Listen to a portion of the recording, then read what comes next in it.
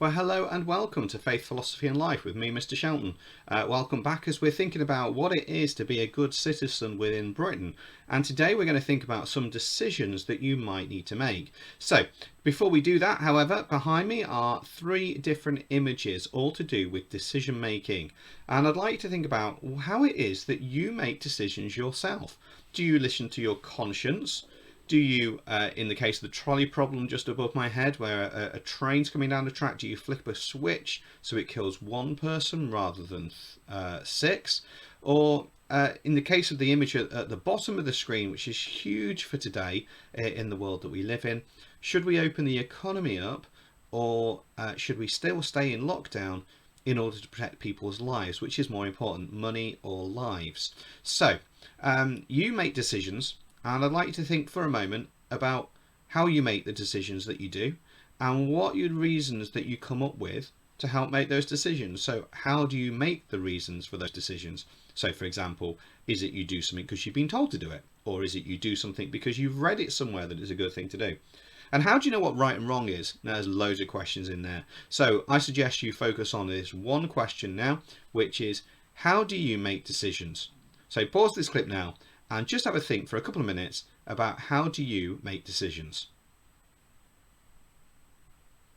So what you now need to do is go and grab a pen and paper, because here is our cheesy intro music.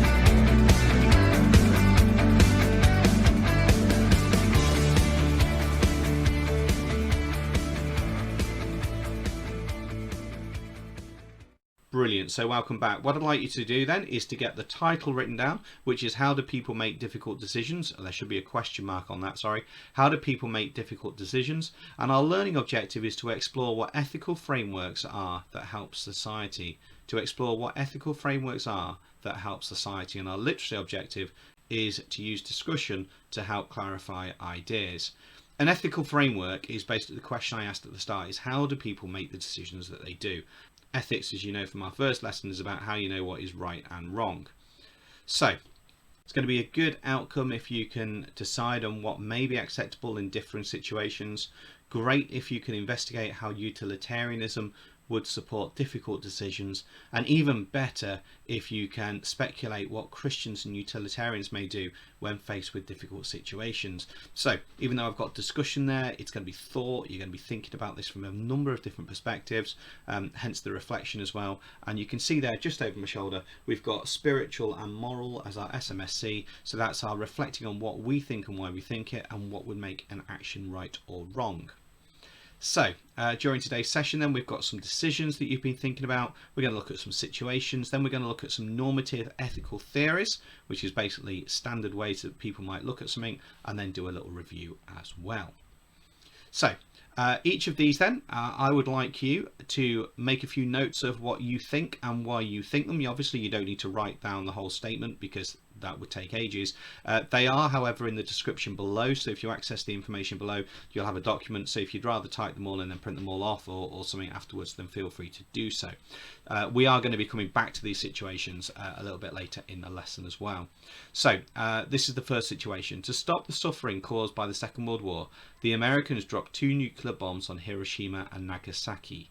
Was that the right thing to do, and why? So for any of you that know about history, it was the event that ended the war with Japan, which ended the Second World War, where 2 nuclear bombs were dropped. It caused a huge amount of suffering and death in Japan. However, it did stop the Second World War. So the question is, was it the right thing to do, and why? So write a response of that, pause me, and then come back to me and I'll give you the next one.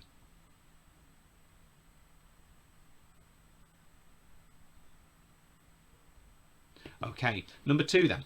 You're an eyewitness to a crime, so you've seen it, you've not done it. A man has robbed a bank, but instead of keeping the money for himself, he donates it to a poor orphanage that can now feed, clothe, and care for its children.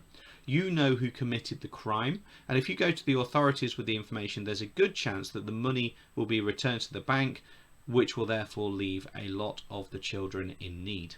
What would you do? Again, pause me now and think about what you would do.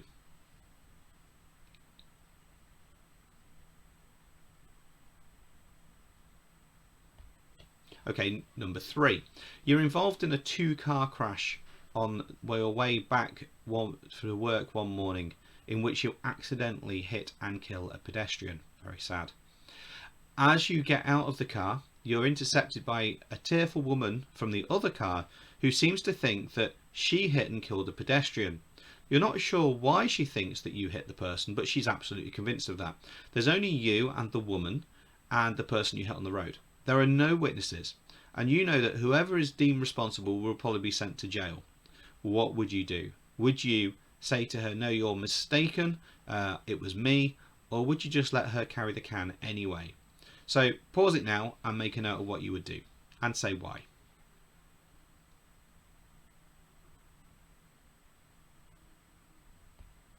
Okay, number four.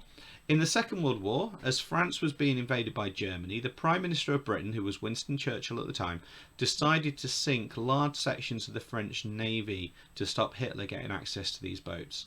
So France wasn't even fully invaded. There were 1,400 French sailors on those boats. The country had not yet been taken over, but Churchill didn't want Hitler to eventually get these boats. So he made the decision that he was going to go and bomb them, which killed a lot of sailors. It destroyed the French Navy, however it did stop Hitler from getting them. Was Churchill right in what he did? And why do you think what you do?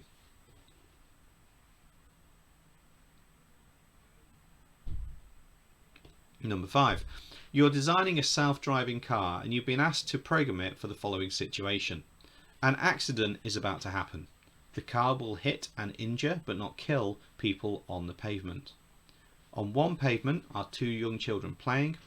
On the pavement the opposite side of the road are an elderly couple working home. What do you program it to do? Bearing in mind the driver will have no say because it's a self-driving car. So you need to make that decision, and why do you make the decision that you do?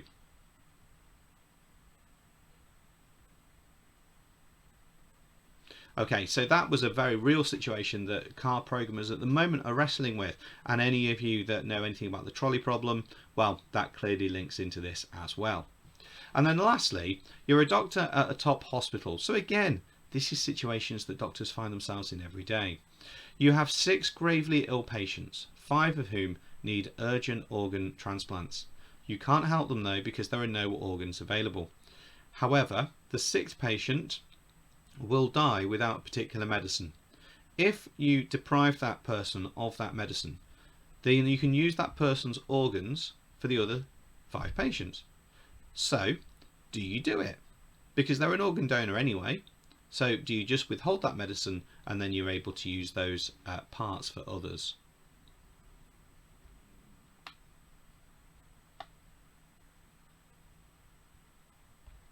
Okay, so what we've done then so far today is we said a good outcome would be that you could decide on what might be acceptable in differing situations, and you've probably come across a whole range of different ideas in what you've just done. We do, however, now need to start to look at some of the normative ethical theories which is behind me. So to do that, what I'd like you to do is to access the sheet that's in the Google Drive link below. And it's the one that says deciding what's right from wrong. Now these are ethical approaches that people use all the time to help decide on what is right and wrong. It goes through divine command theory, which is basically about what the Bible says. It looks at natural moral law, which is the idea that nature shows us what we should do. Situation ethics, which is basically you can't judge anything because it's entirely dependent on the situation, and love is the most important thing. There's utilitarianism, which is about the idea that saving the greatest amount of people, even if it's at a personal cost to yourself, is the right thing to do. And there's deontology, which is about rule-based. So there's 4 activities at the bottom of that sheet. I'd like you to write down the way that some Christians make decisions in the order that you most agree with. So this isn't a copying exercise, this is simply you going through that sheet, working out what order would you rank them in, and then explain them in no more than 15 words each. Then say why you've put the one at the top, why you've put the one at the bottom, and then lastly, do you think that life should be looked at after at all costs, and explain your answer for that. This sheet should take you about 20 minutes to do, and that would give you your normative ethical frameworks for our next task.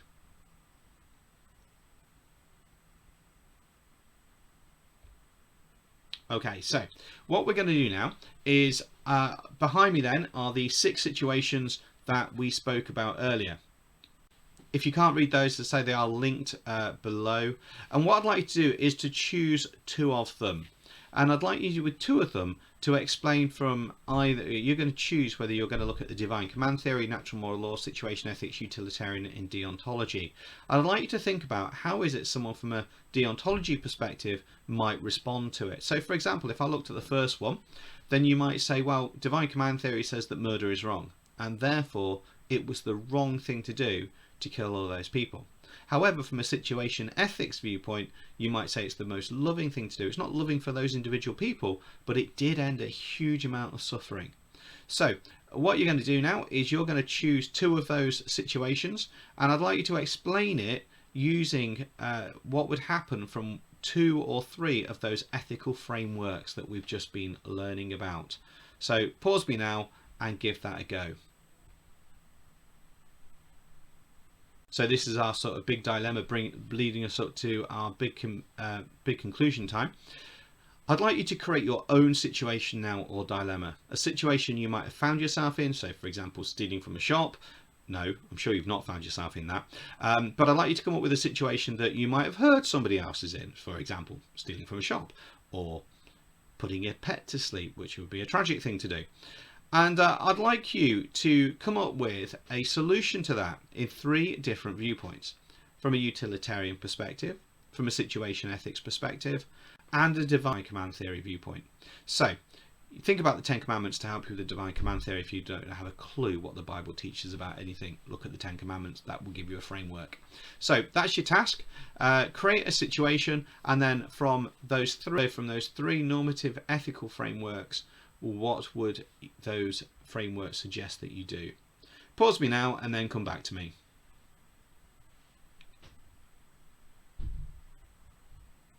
Okay, so what we've now done very clearly is we've met our good outcome about different situations.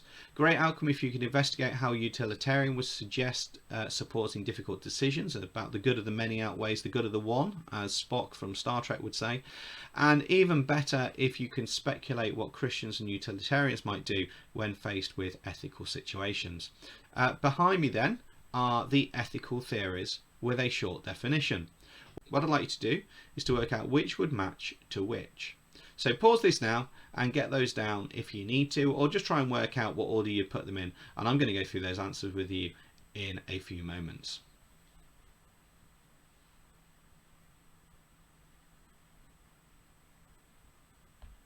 Okay, so the first one then, natural moral law, goes up to the top. Life is the most important thing. People should look after at all costs. You've got situation ethics, which is love is the most important thing, or agape, which you might have heard about. Utilitarianism is the greatest number of people should be helped. Deontology is rules should be kept and followed in all circumstances. Divine command theory, finally, is what the Bible teaches is right, so people should stick to it. So on that note, I shall leave you for another week. Thanks for watching and tuning in. Take care of yourself, stay safe, wash hands, and hopefully see some of you soon.